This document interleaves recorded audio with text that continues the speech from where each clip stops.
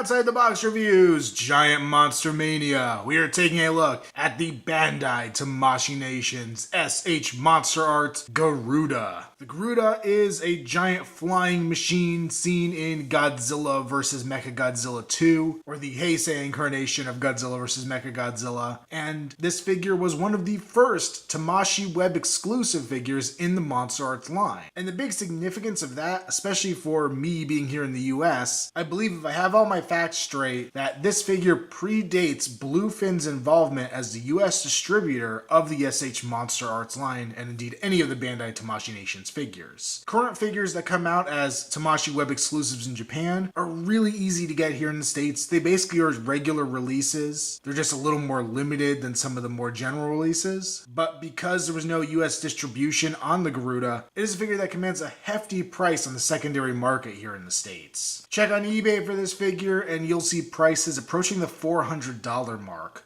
which is insane. But major thanks to one of my Twitter followers, @ToyHandle. He pointed out a link to the Japanese seller Ami Ami that actually had a used version of the Garuda for a fairly reasonable price. So I managed to snag it, and I finally added this piece to my collection, which has been a bit of a holy grail figure for me in this line. So now that I have this sought after piece, am I happy with it? Well, let's take a closer look. Just like many SH Monsterarts or any Tamashii Nations releases before it, it comes with a Tamashii stage here. This one does have the UNGCC logo on it. I think that's United Nations Godzilla Countermeasures Cocktail. I don't know what the last C, committee probably. But very cool looking stand. I love this logo. It's actually a favorite kind of piece of art from the Godzilla series for me. I always kind of wanted it on a hat or a t-shirt or something. So very happy to have it on a stage, on a stand here. And of course we do get the standard Tamashii arm, the multiple segments. You got one hinge at the bottom, one in the middle, and one at the very top. And of course that pegs right there into the stand where it can swivel, where it connects into the stand. The Garuda features a very small hole here at the base of it, and you could peg the stand right into that. And couldn't be easier, you have Garuda on a flying stand. This is exactly the setup I said should have been used on the flying form of Destroya. I think that little hole doesn't really distract from the sculpt of the figure at all, and I would have very much been happier using that instead of having to use a clamp or something else to attach a flight stand to a figure that needs to fly. Garuda also comes with some very cool looking effect pieces. These are really neat. They are a basic little blast area here. This section is the actual emitter from the figure itself. We see a burst of blue energy and a nice thin beam of energy coming out here, fanning out a bit at the edge. Then we have a wrapping around like an electricity kind of spiral going through it. Very similar to what we saw with the spiral ray effect with Godzilla that came with Rodan. To attach these, we just take these clear little bulbs at the end of Garuda's little arms here. You can pull that out. Be very careful not to lose this piece because it's very tiny. And then this slides right in. Now it's a little hard to see. There are grooves that let you line it up correctly so that it fits in between the claws. The best I could see is there's a bit of a seam line. You probably can't even make it out on video, but if you line that up with the claw, it seems to slide in pretty well. So get that in there and you have a really cool effect. One of my favorite parts about this is that it doesn't require a Tamashii stand. It's self-supporting, so it's really easy to incorporate it into your displays without adding a whole lot of extra stuff to it. And you do get two of these, so one for each piece here. Then our next accessory is the shock anchor. This is a very, very tiny piece, very reminiscent to the claws we got on Mecha King Ghidorah. Of course, this came much earlier. But you can see a very cool looking hook on the end, a spiked tip. You can see how very tiny it is compared to my finger. Then we just have a thin wire going through the rest of it.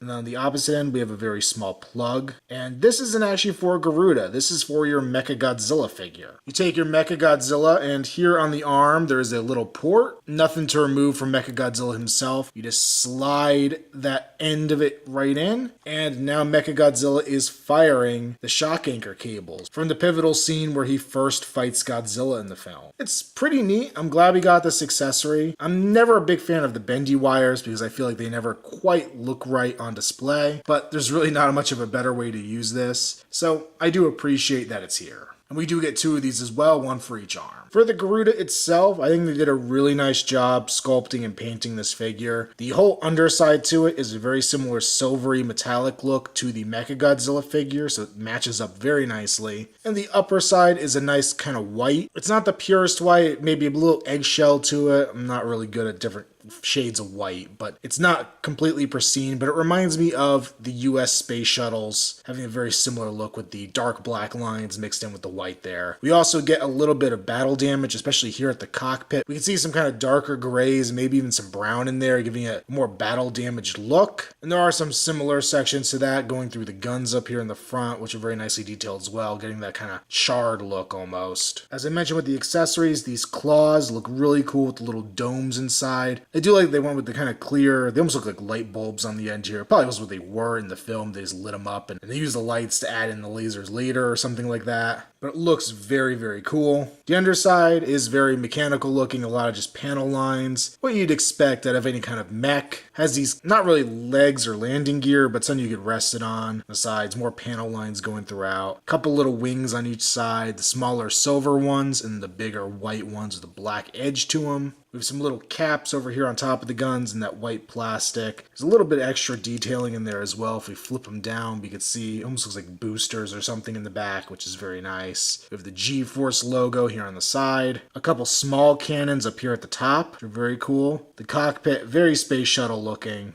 I really like the design of it though, it's very nice. And then we spin around to the back, and I love the way they've done the boosters on here. I believe they did this on the Mechagodzilla 3 figure as well, where they used a translucent kind of gem in the center of each one to simulate the fire. And these just look very, very nice. Really well done pieces on here. Overall, a very, very well sculpted figure and a very well painted figure. It's simple, but very cool. And I even like the fact they have these arches in here, almost like the air would pass through it. For articulation, the Garuda actually has a fair amount. The arms, as part of the transformation, do bend. They bend well past 90 degrees, which is really nice. The cockpit is on a slide, so it will slide pretty far back, also part of the transformation. And then here at the back, each one of these boosters is on a ball joint, so you can move them pretty much whatever direction you want. Not a ton of motion to them, but they do move and you can aim them and make it look a lot more dynamic as it's flying around. To combine Garuda with Mechagodzilla to make Super Mechagodzilla is actually a pretty easy process. You take Mechagodzilla here, of course, sold separately, as I could imagine the box would say if I could read Japanese.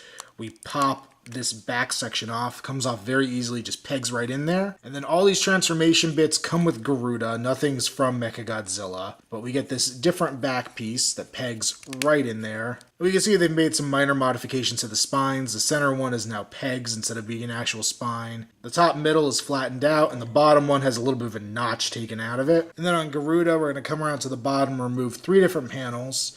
We have one on each side. You can kind of pull it off by this top section here, and they'll just unpeg. And this middle section, it's easiest to grab it here by the bottom. It'll pull straight out. Really don't know why these are 3 separate pieces and not just one piece that you could pull out on its own, but it works fair enough. You can see here in the middle, we now have the peg pattern that's going to be connecting to the back of Mechagodzilla. But to fill in the rest of the gap here on the sides, we do have some extra pieces, and those peg right in there. Similar to what we saw with the spines on Mechagodzilla, it's basically just a hollowed out version of what was originally there. And then we just line up those 4 pegs there with the 2 pegs on Mechagodzilla's back. And Garuda is now attached to Mechagodzilla. We of course do want to lower the cockpit back as it is seen in the film. Probably easier to do that before you put it on Mechagodzilla, to be quite honest. And then of course you can lower down the guns if you want and have Mechagodzilla ready to fight. The one problem I do have is upon removing it, it tends to take that back plate from Mechagodzilla off with Garuda, so you're gonna have to kind of unpeg this, and mine's a little stuck, so just be careful and be patient with it and it will come off. For a size comparison, here's Garuda next to the very small planes from the second effects kit, and here it is with the Super X3 from the same set.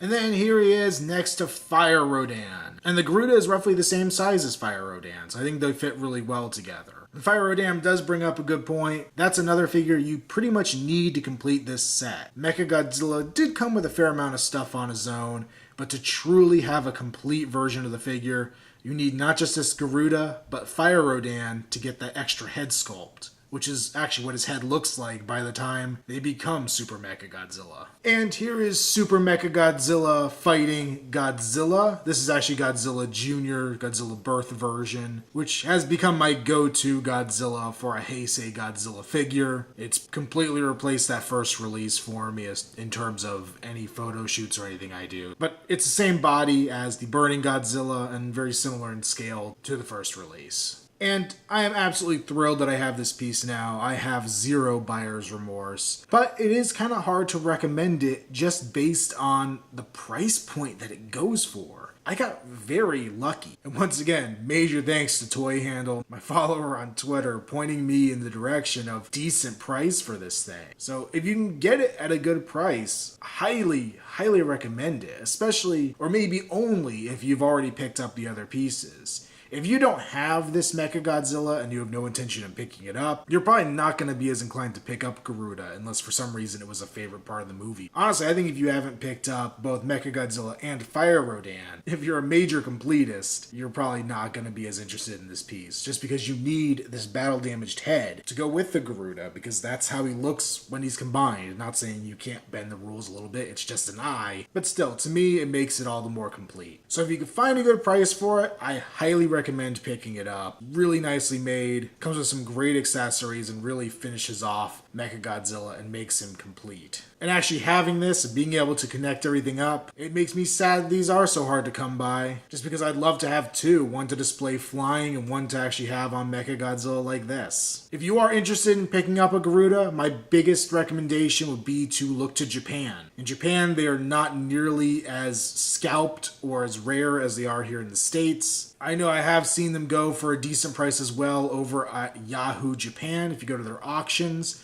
You do have to use some weird third-party system or know somebody in Japan to be able to buy from them. But if you can get a deal out of it, it might be worth the headaches. Or, like this thing came from, check out Ami Ami. This was actually a used piece on there, but everything was intact and pristine, so obviously buyer beware with that kind of stuff, but worth a look. So this puts me one step away from having every unique sculpt in the SH Monsterarts line. The only piece I'm missing now is that first effects kit, and I'm probably going to pull the trigger on that one soon. Make sure you follow me on Instagram, username Outside the Box Reviews. I know I'm going to be taking a bunch of pictures of this guy. Also follow me on Facebook, link below. And until next time, so they're Outside the Box Reviews, Giant Monster Mania, stay tuned for more to come.